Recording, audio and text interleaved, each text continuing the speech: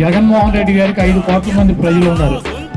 1000 మంది చంద్రబాబులు, 1,00,000 మంది చంద్రబాబులు, 1,00,000 మంది పవన్ కళ్యాణ్లు, లేకపోతే 10 లక్షల మంది మోడీ గారు కలిసినా కూడా దేవుడు కన్నా ఎవరో శక్తివంతులు కాదు. నీతిగా నిజాయితీగా పరిపాలన చేసినటువంటి వ్యక్తికి జగన్మోహన్ రెడ్డి గారికి ఆ పైన ఉన్నటువంటి దేవుడు ఆశీస్సులు ఉంటాయి. ఇక్కడ 5 కోట్ల మంది జనాశీస్సులు ఉంటారు.